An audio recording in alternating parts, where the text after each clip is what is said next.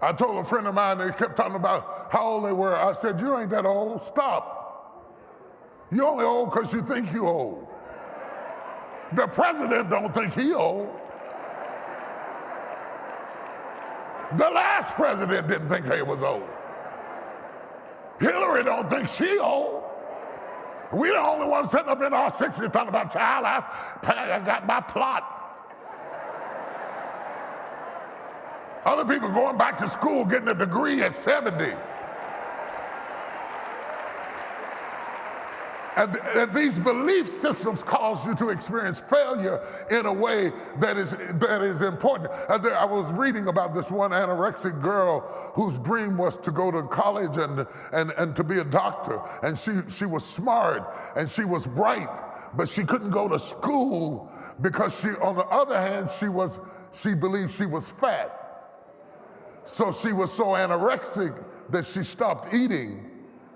And she stopped eating till she got so weak she couldn't go to school. Conflicting beliefs kill dreams. Y'all can't eat like this. This is too heavy for y'all. Y'all can't think like this. Conflicting beliefs make you pray for Boaz, but you heard at the barbershop, all men are dogs. Conflicting belief systems get in your head and cancel out your progress and stop you from reaching what you're trying to reach. Are you hearing what I'm saying? And all of a sudden you find yourself, it's difficult to educate people past their belief system. A belief system is more than a collection of beliefs.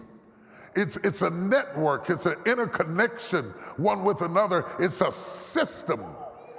It's a system. We've been trapped in a system for years and years, a system of benevolence, a system of benevolence, a system of desperation, a system of feeling inadequate, a system of having to prove you're human, a system of trying to validate your own presence in the earth. There's a system at work. And systems are invisible, but they manifest themselves in tangible ways. Are you hear what I'm saying? And people penalize you when you go against the system. They lock you out. You're not one of us. And our desperate need to belong somewhere for fear of being isolated makes us submit to systems that are beneath your dreams. But before I finish preaching today, I'm going to wake up somebody's dream. I'm going to light a fire up under somebody today. I'm going to bring something to your spirit that's going to shake you loose.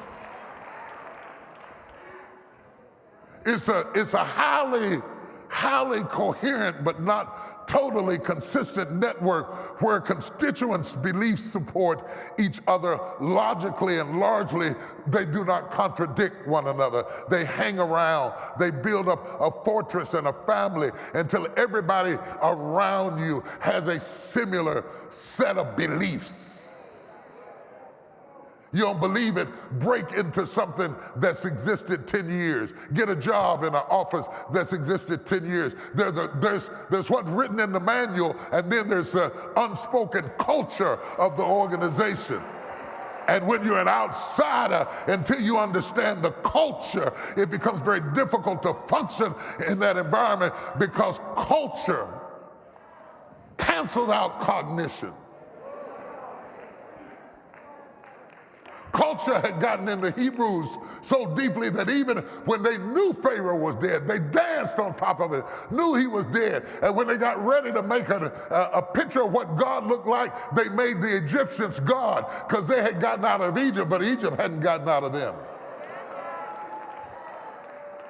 That's why just educating people and sending them to school to get degrees doesn't necessarily mean that they're going to be liberated, because the first time you make them mad, they're going to pop their neck and go back to where they came from if you don't break the cultural belief system that holds you hostage. I'm talking about a complete overhaul of your belief system. And now, if keeping your friends is important to you, leave now.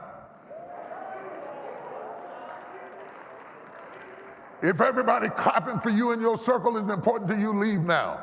But if getting up is important to you and going on with your life, stay tuned. I got something for you. Are you with me? I want to tear down the whole system and potentially increase the level in your life of your ability to receive what God has for you. And I want you to open your heart and begin to receive. Well, what in the world are you talking about, Bishop? What does that have to do with Luke chapter 5, verse 1? I'll tell you why. Because when Jesus was preaching in Gennesaret, and he comes down to Simon. Simon is not yet called Peter. He's not even a disciple. He doesn't even know that much about who Jesus is or what's going on. Simon is just a fisherman. When Jesus encounters Simon, the Bible said that Simon was washing his nets. His belief system said, it's over. They had toiled all night and caught nothing. And his belief system had taught him that if you can't catch at night, you can't catch at all.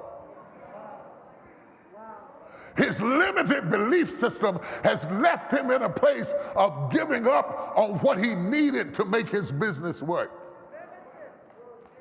And when Jesus came along, that's right, he gave up. When Jesus came along, Jesus is confronting fishermen who are washing their nets, which is a sign, I have given up. And I want to know, is there anybody in here who's washing your nets?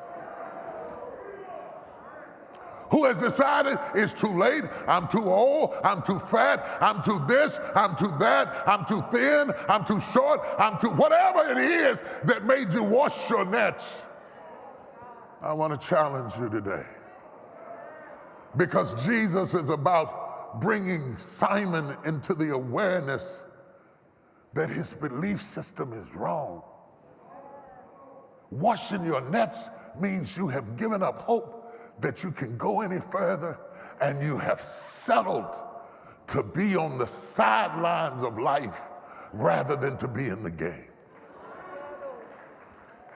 Made yourself comfortable with an empty boat, no fish, which means no business, and you have decided this is as far as you can go. And some of you even justified by saying, if the Lord would have meant for me to catch fish, he would have blessed me to catch fish. So it must not be God's will for me to catch any fish. Well, here comes God walking in Jesus down to the seashore, and Simon is washing his nets. Washing your nets means deciding that nobody will ever love you. Washing your nets means deciding that you can't go any higher or any further than where you've gone. Washing your nets is giving up on your dream and deciding that all of your effort was for naught. Because it didn't work like he thought it was going to work, he quit. He's alive, but he quit. He's breathing, but he quit. He's functioning, but he quit. You'd be surprised at the people in here that are breathing and dead. They breathing, but they quit. They got their makeup on, but they quit. They got their dress on, but they quit. They got their suit on, but they quit. They came to church, but they quit. They quit a long time ago. Let me tell you something. Divorces don't happen when the papers come.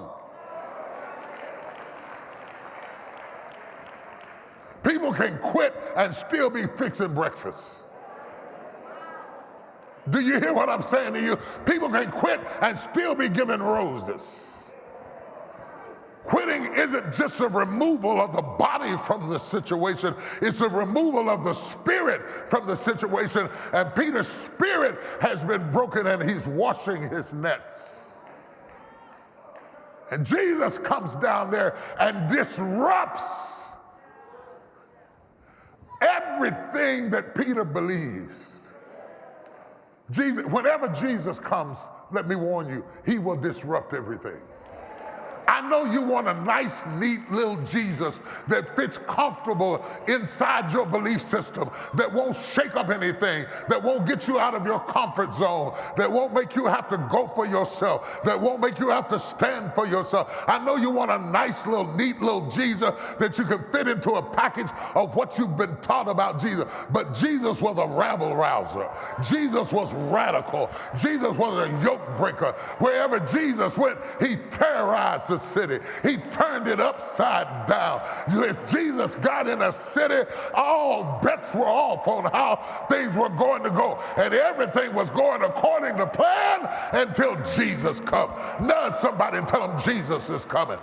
Jesus is coming. Jesus is coming. He's coming into your house. He's coming into your finances. He's coming into your business. He's coming into your life. He's coming into your plans. He's coming into your future. And everything you thought you were through with, God is getting ready to do a new thing. God is getting ready to do something radical. God is ready to start an uprising.